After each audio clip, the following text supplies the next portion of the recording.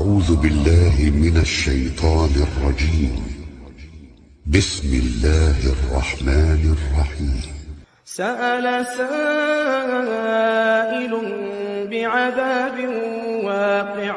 للكافرين ليس له دافع من الله ذي المعارج تعرج الملائكة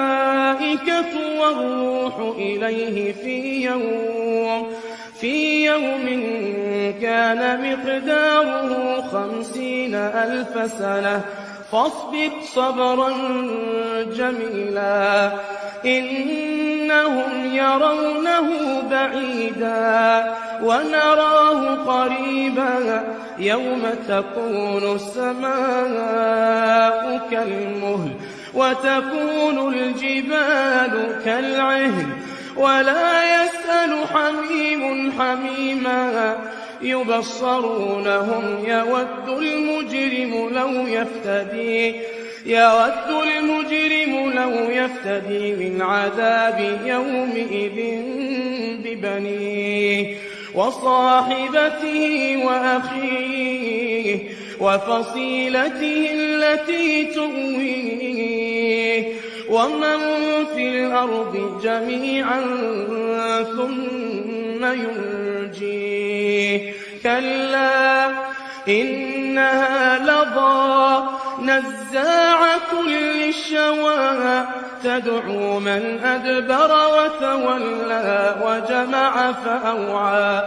إن الإنسان خلق هلوعا إذا مسه الشر جزوعا وإذا مسه الخير منوعا إلا المصلين الذين هم على صلاتهم دائمون والذين في أموالهم حق معلوم للسائل والمحروم والذين يصدقون بيوم الدين والذين هم من عذاب ربهم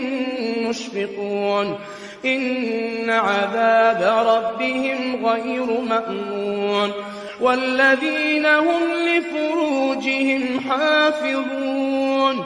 إلا على أزواجهم أو ما ملكت أيمانهم فإنهم غير ملومين فمن ابتغى وراء ذلك فأولئك هم العادون والذين هم لأماناتهم وعهدهم راعون والذين هم بشهادتهم قائمون والذين هم على صلاتهم يحافظون أولئك في جنات مكرمون فما للذين كفروا قبلك مهطعين عن اليمين وعن الشمال عزين أيطمع كل امرئ منهم أن يدخل جنة نعيم كلا إنا خلقناهم مما يعلمون فلا أقسم برب المشارق والمغارب إنا لقادرون على أن نبدل خيرا منهم وما نحن بمسبوقين فذرهم يخوضوا ويلعبوا حتى يلاقوا يومهم الذي يوعدون يوم يخرجون من الأجداث سراعا كأنهم إلى نصب يوفضون خاشعة أبصارهم ترهقهم ذلة ذلك اليوم الذي كانوا يوعدون. اللہ کا نام لے کر جو بڑا مہربان نہایت رحم والا ہے. ایک طلب کرنے والے نے عذاب طلب کیا جو نازل ہو کر رہے گا یعنی کافروں پر، اور کوئی اس کو ٹال نہ سکے گا، جو بلندیوں والے اللہ کی طرف سے نازل ہوگا، جس کی طرف روح القدس اور دوسرے فرشتے چڑھتے ہیں، اس روز نازل ہوگا جس کا طول 50,000 برس ہوگا۔ تو تم کافروں کی باتوں کو حوصلے کے ساتھ برداشت کرتے رہو۔ لوگ اس دن کو دور سمجھتے ہیں جبکہ ہماری نظر میں وہ قریب ہے، جس دن آسمان ایسا ہو جائے گا جیسے پگھلا ہوا تانبا، اور پہاڑ ایسے جیسے رنگین اون، اور کوئی دوست کسی دوست کو نہ پوچھے گا حالانکہ ایک دوسرے کو سامنے دیکھ رہے ہوں گے۔ اس روز گناہگار چاہے گا کہ کسی طرح اس دن کے عذاب کے بدلے میں سب کچھ دے دے، یعنی اپنے بیٹے اور اپنی بیوی اور اپنے بھائی اور اپنا خاندان جس میں وہ رہتا تھا، اور جتنے آدمی زمین پر ہیں غرض سب کو دے ڈالے، پھر اپنے آپ کو عذاب سے چھڑا لے۔ لیکن ایسا ہرگز نہیں ہوگا۔ وہ بھڑکتی ہوئی آگ ہے، کھال ادھیڑ کر کلیجہ نکال لینے والی۔ وہ ان لوگوں کو اپنی طرف بلائے گی جنہوں نے دین حق سے اعراض کیا اور منہ پھیر لیا، اور مال جمع کیا پھر سینت سینت کر رکھا۔ کچھ شک نہیں کہ انسان کم حوصلہ پیدا ہوا ہے، جب اسے تکلیف پہنچتی ہے تو گھبرا اٹھتا ہے، اور جب ملتا ہے اس کو مال تو بخیل بن جاتا ہے۔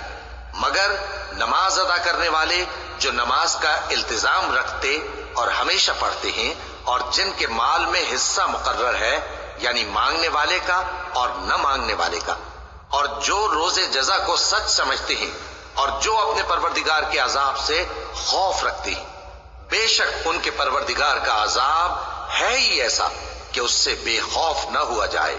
اور جو اپنی شرمگاہوں کی حفاظت کرتے ہیں مگر اپنی بیویوں یا باندیوں سے کہ ان کے پاس جانے میں انہیں کچھ ملامت نہیں، اور جو لوگ ان کے سوا اور طریقے ڈھونڈیں تو وہ حد سے نکل جانے والے ہیں،